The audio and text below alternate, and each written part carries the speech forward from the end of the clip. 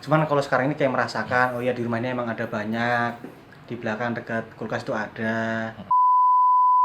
Oke, halo para penakut dan para penghuni kamar.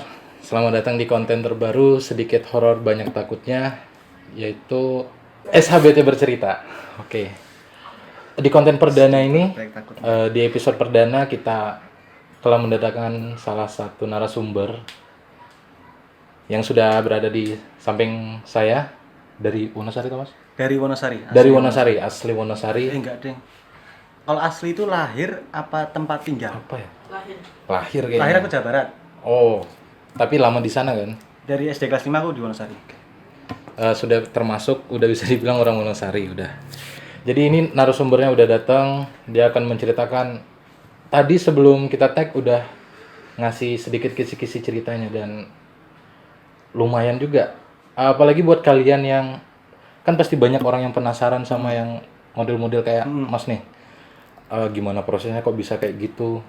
Ngelihat ini kayak gimana. Nanti kita bisa dengerin, kita bisa tahu dari narasumber kali ini. Silakan Mas, perkenalan diri dulu. Oh iya. Ya, perkenalkan nama saya Sada. Nama lengkapnya cukup panjang. Rastra Sewa Kotama Putra Persada. Nanti bisa dipanggil Sada aja. Lahir di Cirebon, Jawa Barat. Dari SD kelas 5 pindah ke Wonosari.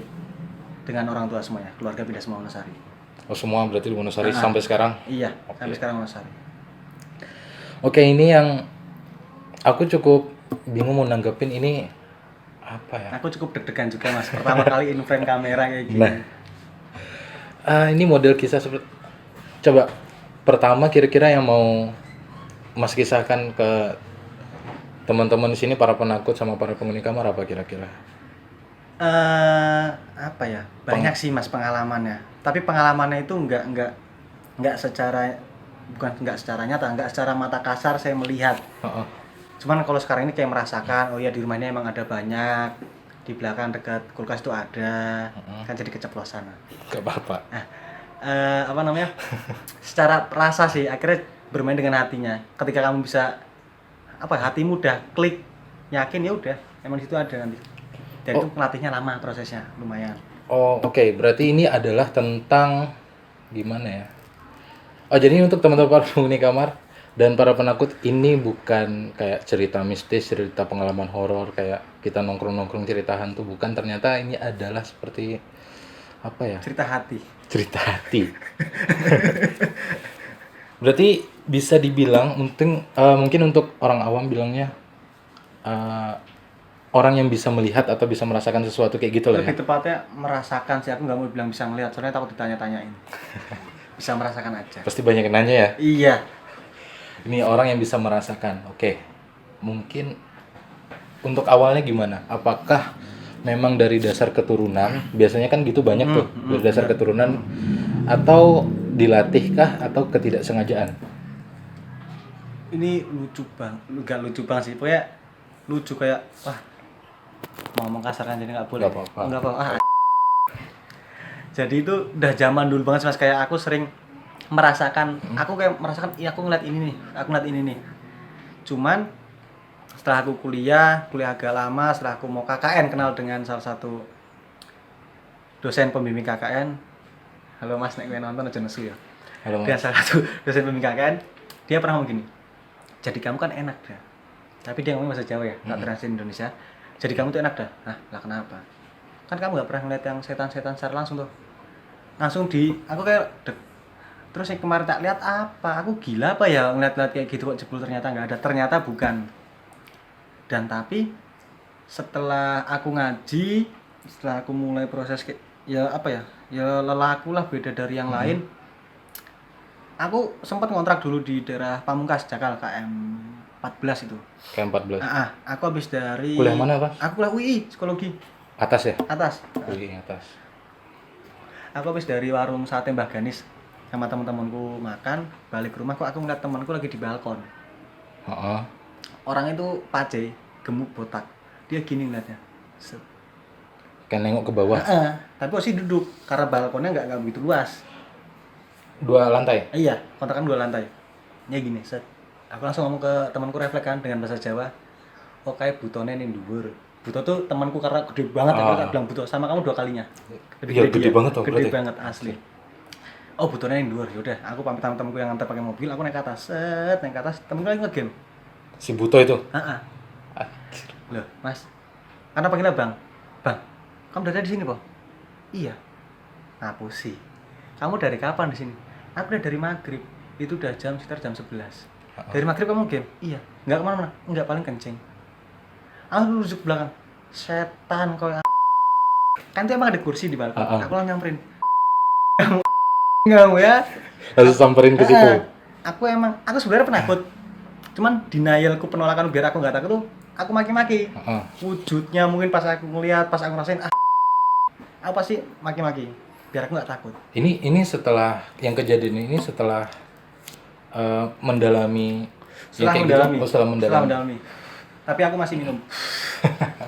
Akhirnya nggak guna mendalaminya, aku masih minum.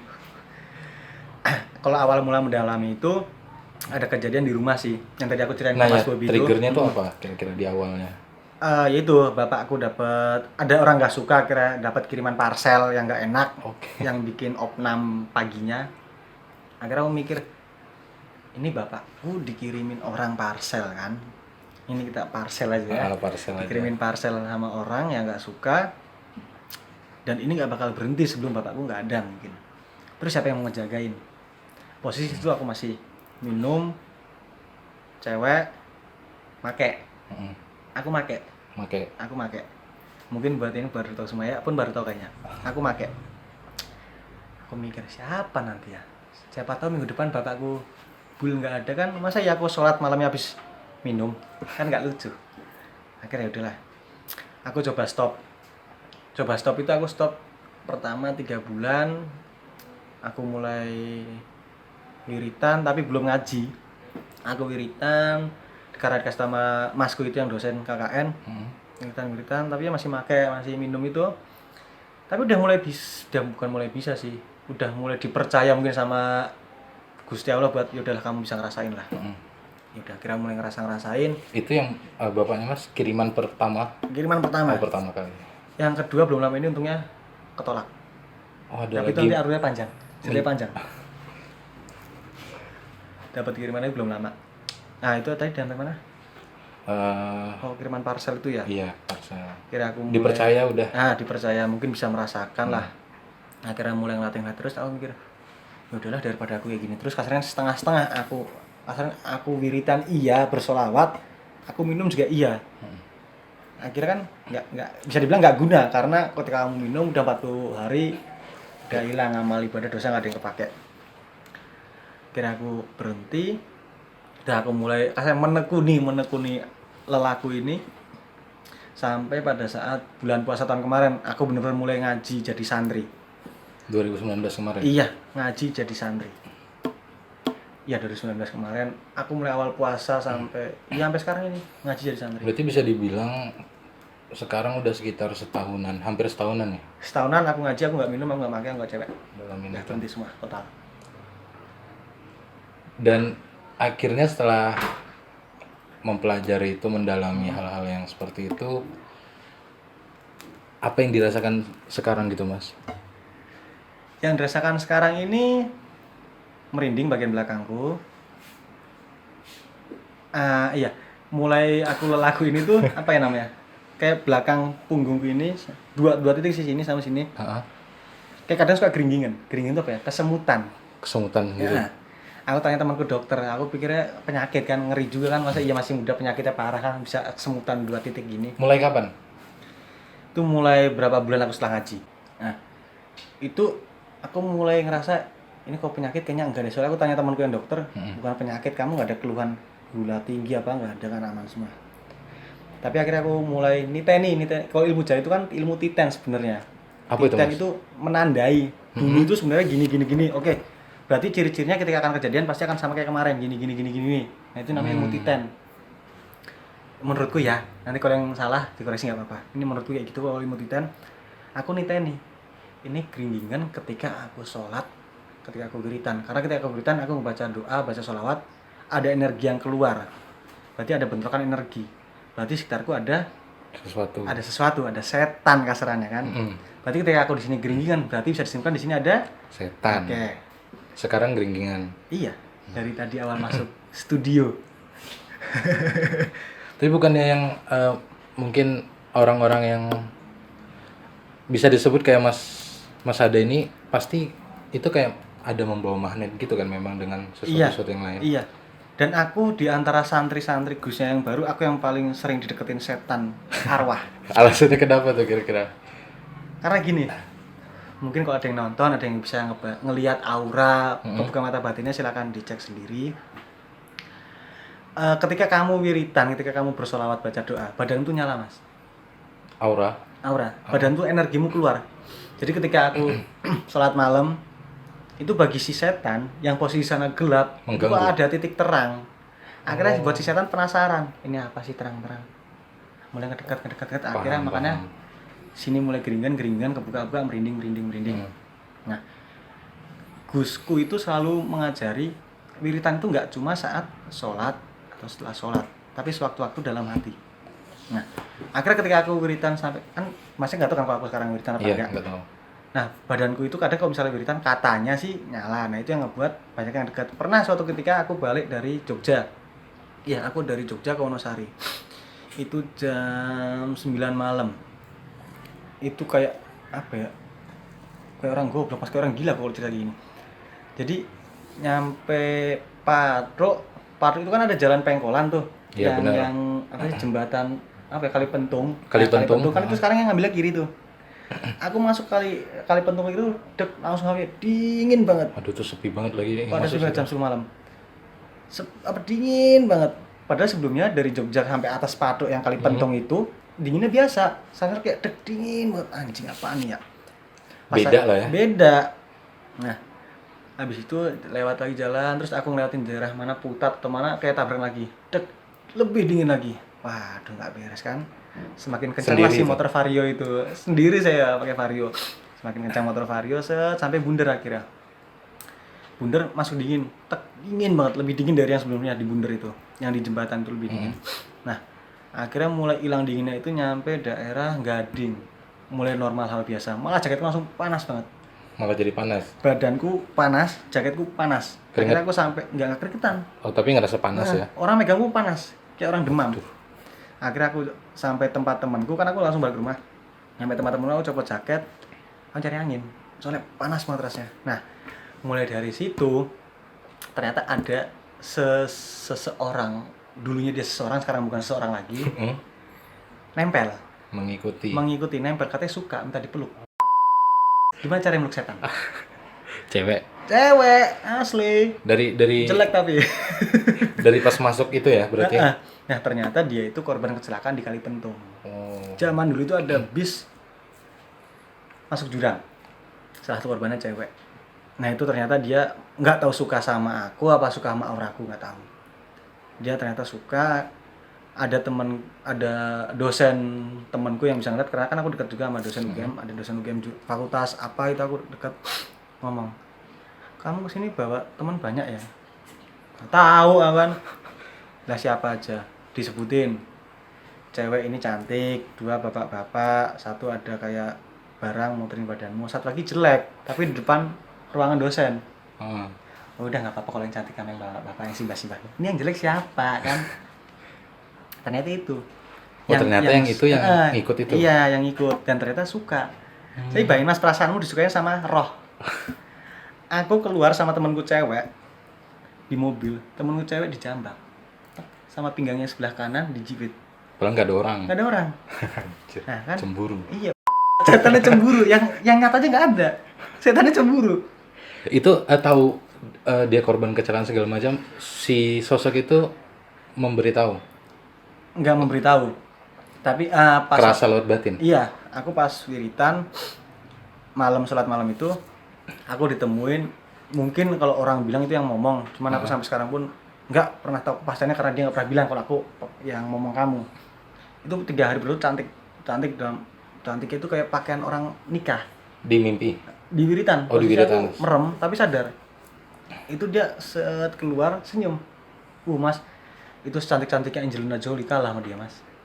Asli itu cantik banget, putih kayak putri kerajaan gitu. dia apa ya, pakai kemben gitu. Terus itu kayak ada gelang emas, ini juga ada gelang. Terus kayak orang nikah ada apa, paes ya namanya, pakai paes gitulah. Paes yang mana, hitam-hitam Iya, gitu yang ya? hitam-hitam itu. Nah, itu 3 hari berturut-turut aku temuin dia. Tertarik lah, aku kan cantik kali mas, sumpah itu cantik.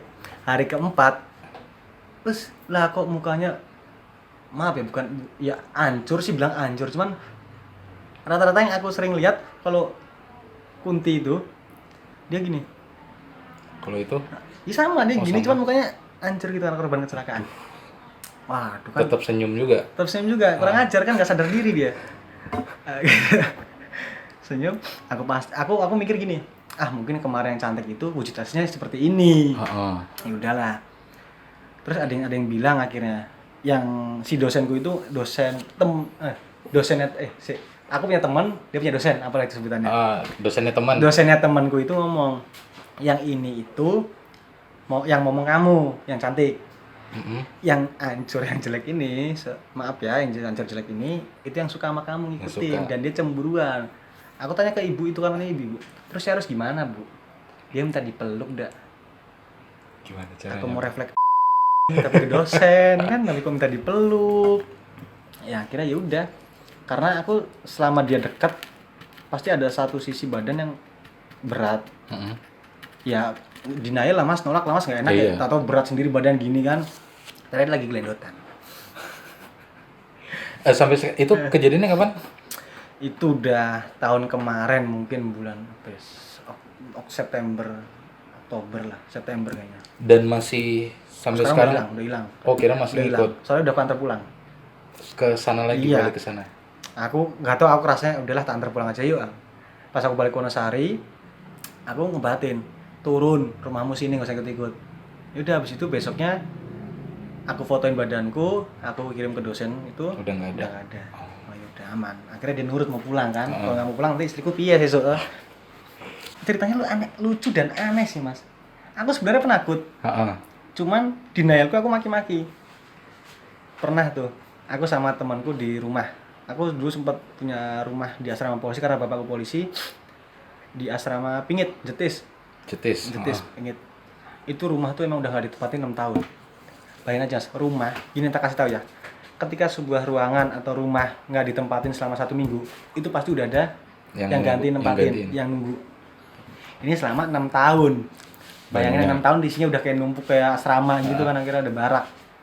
Nah kan pernah mas aku wiritan di sana, melintir tasbih, baca, bangunlah ada kok rambut selai panjang nih, nempel di tasbih, nyangkut.